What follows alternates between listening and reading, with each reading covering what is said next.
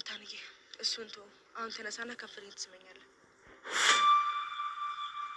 ምን ካልሆነ ደግሞ እማዬ ቤት ናት። አንቺ ያምሻል እንዴ? አልደግሞም። እሺ ናታን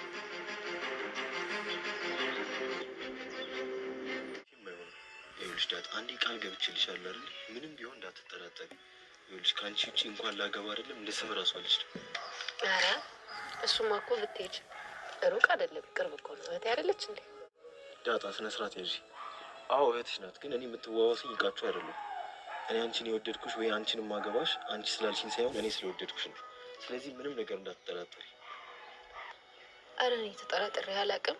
ምን ናታኔ የኔ ፉንቃ ዳጣ ምንም በማታውቀው እንግዲህ በከባዱ ጭንቀት ውስጥ ነው የምትገኘው። ምክንያቱ ደግሞ እንግዲህ ያው አብጌል ፈልጋ ያንን ሚስጥር ደብዳቤ እስካሁን ድረስ እንትን አላለችም ነበር ማለት ነው። ማለት ዳጣ ጋር ሳይደርስ እንግዲህ አብጌል በተቋራጭ ጎዳና እንግዲህ ካሜራ ደቅና ናታን የደበቀበትን በማየት አውጥታ ሚስጥሩን አደባባይ ካላሰጠሁት እያለች ነው የምትገኘው።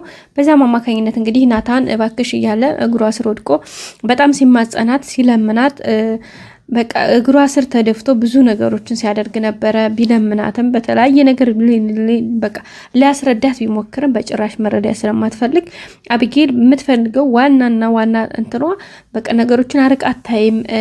በቃ የሆነ ያንን ነገር ለማርታ መናገር ስላለባት መናገር አለብኝ ብላ ስላሰበች ብቻ በቃ መናገር አለባት አለቅ። ከኋላ የሚመጣው ነገሮች ነገጧት ለሚፈጠረው ምንም አይነት ነገር ዶንኬር ምንም አይደንቃትም። ምንም አይነት ነገር የሚያሳስባትም ነገር የላትም እና በዛም ነው እንግዲህ ዛሬ አብጌል ያንን ነገር እንደዚህ በማድረጓ ናታን ብዙ ነገር ለምኗት እምቢ ብትለው በመጨረሻ እባክሽ እንግዲህ እያለች ነበረ። እነ ማርታን እየጣራች ነበረ፣ እነ ውሃ እየጣራች ነበረ። በቃ ብዙ ቤተሰቡን መላ እየተሰማ ነበረ። እንግዲህ ክላስ ውስጥ ዘግተው እሱ እየለመናት ነበር፣ እሷ ግን እየጨወች ነበረ። በቃ መጨረሻ ላይም እንግዲህ ሂዶ ናታን እባክሽ እንደው የምፈልጊውን ነገር አድርግልሽ እባክሽ፣ በዚህ ብቻ ተባበሪኝ፣ በእኔ ምክንያት ይሄ ቤተሰብ አይተራመስ ሲላት እንግዲህ እሷ ምንድን ነው ያለችው? ኦኬ እንደዛ ካልክማ እንደዛ ከሆነ ሀሳብህ እና ቶሎና ቀለበት ታደርግልኛለህ ታገባኛለህ ነበር ያለችው። እሱም እንግዲህ አማራጭ መስሎት እሺ ያገባሻለሁ ብሏታል። ይሄም ደግሞ ለአብጌል በጣም ትልቅ ነው። አንደኛ ቤተሰቦቿ ወይዘሮ ማርታም ደረጀም እንደማይፈልጋት ስለሚያውቁ በጭራሽ የማይሆን ነገር ነው ብለው ስለሚያስቡ አንደኛ ለነሱ ማሳመኛ አድርጋ ነው ያቀረበችው። ሁለተኛ ደግሞ ለሷን በቃ አላቅም ያኔ ከውስጧ ፍቅር ምናምን እልክ ከዳጣ ጋር እልክ ስላለባትኝ እልኳን መወጣት ነው የምትፈልገው። በተለይ ከዳጣ ፊት በቃ ከዳጣን ከናታን ልብ ውስጥ ለማስወጣት ነው በቃ ሰፊ እንትኗ ማለት ነው ቤተሰቦቻችን። በዛም አማካኝነት እንግዲህ የምትችለውን ያክል ዳጣን ከውስጡ ለማስወጣት እንግዲህ ገና ስትመጣ ጀምራ ናታን እኮ ሊያገባኝ ነው፣ ቀረበል ሊያስረድኝ ነው፣ እንግዲህ የራስሽ ጉዳይ ከዚህ ቤት ብጠፊ ይሻልሻል፣ አንቺ ጉደኛ።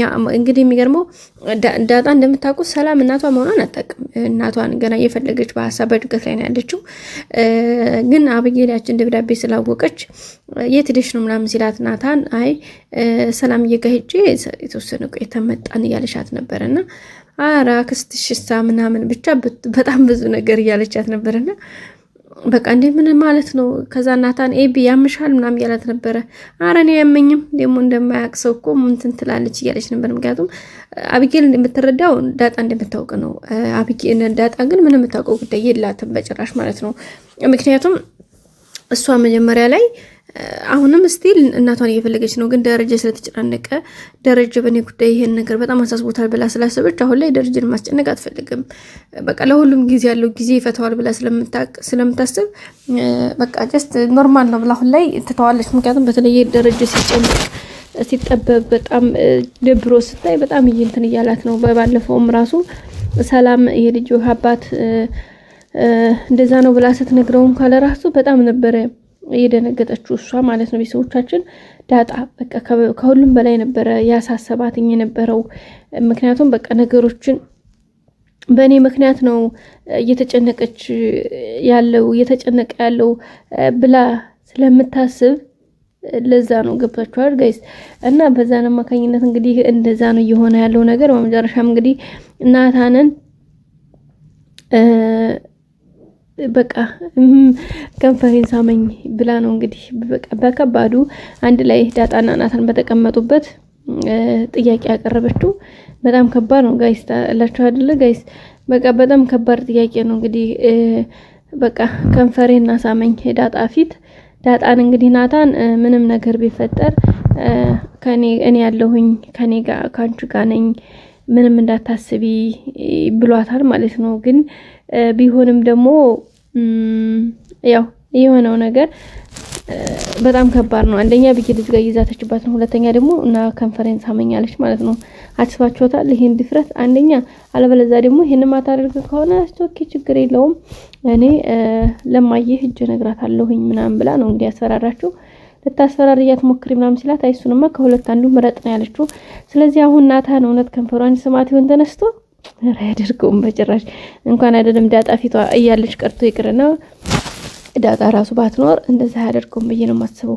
ሲቀጥል ዳጣን ደግሞ ልትሄድ ብላ ነበረ እኮ ግን ቆይ በቃ አትሂጂ ምናምን አላት ማለት ነው። ግን ሄዳ ቢሆን መልካም ነበረ እሱ ምክንያቱም ሳመኝም ብትለው እሱ ችግር የለውም። ሲቀጥል አሁን አቢጌል ዋና እንትኗ ናታንን ከዳጣ ልብ ውስጥ ማውጣት ነው እንዳልኳችሁና በቃ አሁን እልክ ስለሆነ እሷ ፍቅር አይደለም እኮ አቢጌል ታውቃላችሁ ጋይስ፣ እልክ ነው በቃ እሷ እልክ ስለሆነ የተያያዘችው ለዛ ነው በቃ ነገሮችን በቃ በእልክ በትዕቢት ነው ማድረግ የምትፈልገው እያንዳንዱ ሁኔታዎችና እንግዲህ ናታን አሁን ላይ በጣም እየተጨነቀ ነው ያለው።